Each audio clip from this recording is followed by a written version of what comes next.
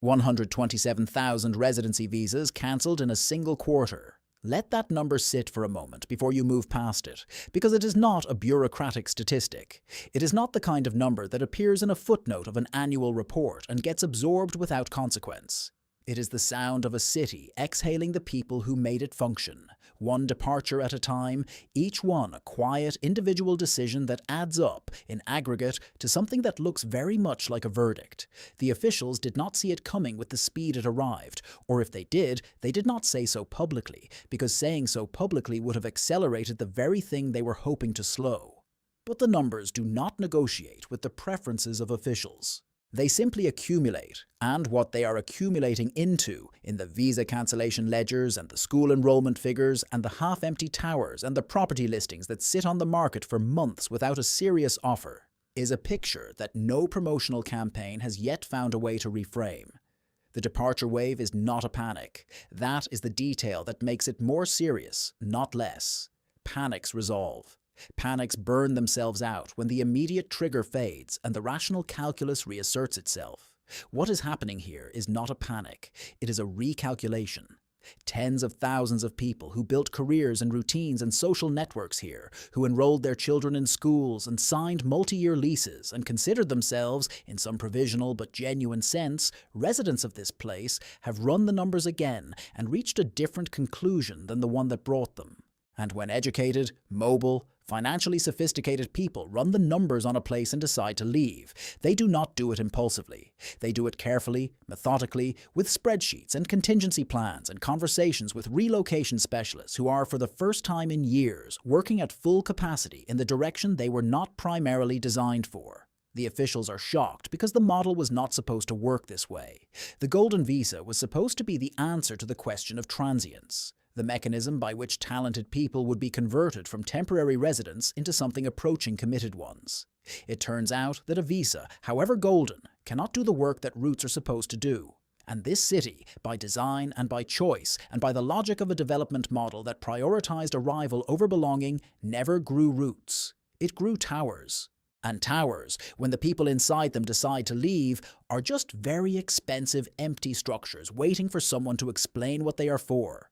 To understand why the recalculation is happening now, and why it is happening at this scale and at this speed, you have to understand what the original calculation actually contained, because the original calculation was not simple, and it was not naive. The people who came here were not, for the most part, dreamers who had been seduced by a glossy brochure. They were analysts. They were professionals who had weighed the cost of living against the compensation packages, the absence of income tax against the presence of a social infrastructure they would have to pay for privately, the geographic convenience against the climate, the career opportunity against the political opacity, the lifestyle against the lifestyle it replaced. And they had concluded, rationally and often correctly, that for a specific window of their lives, for a specific set of professional and financial objectives, this place represented the best available option.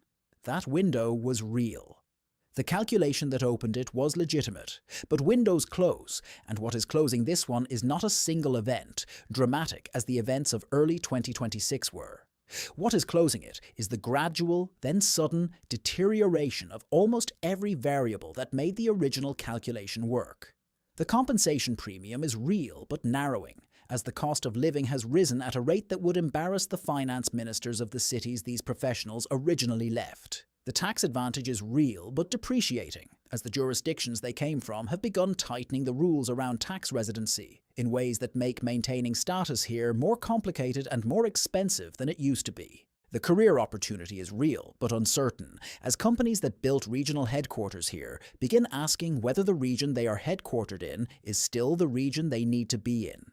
And the one thing that was not supposed to be a variable, the presumption of security, the foundational assumption that whatever happened in the broader neighborhood, this specific place had negotiated itself an exemption, is no longer available as a fixed point in the equation. Remove it, and the equation does not merely change. It collapses into a different shape entirely, and the shape it collapses into is the shape of a family sitting around a kitchen table, in a furnished apartment somewhere in the marina, looking at a spreadsheet and asking a question they have not asked before. What exactly are we staying for? If you are finding value in this analysis and want to stay ahead of the shifts that are reshaping the global economy, consider subscribing and turning on notifications so that you never miss the investigations that follow. Because the story of who leaves and why they leave is only the first chapter of what is coming. The visible layer of the departure wave is the one that the data captures, the visa cancellations and the school enrollment numbers and the property listings, but the invisible layer is the one that tells you how permanent the departure actually is. Watch what people do with their assets when they leave, because asset behavior is the most honest signal available. A person who leaves temporarily, who intends to return when circumstances improve, does not liquidate. They mothball. They keep the apartment, pay the service charges, leave a key with the building manager, tell themselves and their employers that they will be back once things settle down. A person who leaves permanently does something different. They list the property. They accelerate the timeline when it does not sell at the price they wanted, accepting a loss that they would not have accepted 6 months ago, because the loss of selling at a discount is smaller than the cost of remaining exposed to a market they no longer believe in. They close the bank accounts that served their local life and consolidate in jurisdictions that feel more permanent to them now. They transfer their children's school records and stop paying the retainer to the local law firm and let the club membership lapse. These are not the actions of people who are pausing. They are the actions of people who have made a decision and are executing it with the thoroughness of people who do not intend to reverse it. The property market is reading this signal clearly, even if the official commentary is still using words like correction and adjustment and cyclical softening. A market that was overvalued by 60% on a foundation of pure external confidence does not correct gracefully when that confidence is withdrawn. It reprices in the direction of what it is actually worth absent the premium. And what it is actually worth absent the premium is substantially less than what the developers were charging and what the buyers were paying 18 months ago. The construction cranes that stand idle over the half-finished towers in the northern districts are not waiting for materials. They are waiting for a financing environment that has stopped making sense, for investors who have stopped returning calls, for buyers who have stopped attending launch events for projects whose completion dates are now a subject of private skepticism rather than public excitement. The cranes will wait for a long time. And beneath them, in the site offices and the labour accommodation and the early morning bus queues that carry workers from the camps to the construction zones, there are people for whom the idling of those cranes is not an investment thesis to be debated. It is the disappearance of a wage. It is the question of how to send money home this month when the project has been suspended and the employer's calls have gone unanswered, and the visa that was tied to the employment that has evaporated still ties them to a country they can no longer afford to live in and may not be permitted to leave without settling obligations they cannot afford to settle. The officials are shocked, but the officials are also, in a sense, the last people in the room to be shocked, because the signals were visible long before the departures became undeniable. The WhatsApp groups called things like departure planning and exit strategy, and Next Chapter had been growing for months before the visa cancellation numbers became newsworthy, filling with the messages of people who had already made their decision and were sharing logistics, comparing notes on moving companies and school transfer processes and the tax implications of different relocation destinations.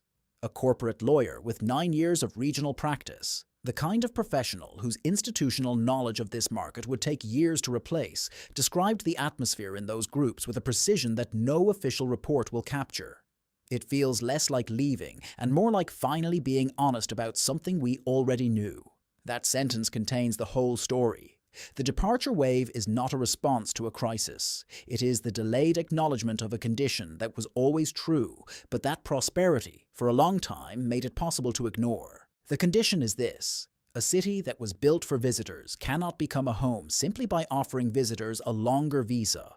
It requires something that cannot be constructed, that cannot be announced in a strategic plan, that cannot be achieved by building another record-breaking tower, or designating another free zone, or launching another campaign promising that the future is being assembled here in real time. It requires the willingness to build for people who will be here in 30 years, which means accepting that some of what gets built will be ordinary, will be modest, will be scaled to the needs of families on normal incomes rather than to the appetites of transient capital. It means accepting that a city worth staying in looks different from a city worth visiting, and that the difference is not something that can be bridged by aesthetic ambition alone. The officials may eventually understand this. The question is whether the understanding arrives before the people who might have helped build something more durable have completed their recalculation and quietly, methodically, finally renewed their visas somewhere else. If this conversation matters to you, please share it with someone who is watching these changes unfold and trying to make sense of them. Leave your perspective in the comments below. Subscribe and turn on notifications because the investigations ahead are going to go deeper into the structural shifts that the surface-level reporting is missing. All content in this video is drawn from publicly available data, economic reporting, demographic analysis, and geopolitical context current at the time of production. It is presented for educational and analytical purposes only and should not be interpreted as financial, legal, or investment advice. Viewers are strongly encouraged to consult independent sources and conduct their own research before making any decisions based on this content.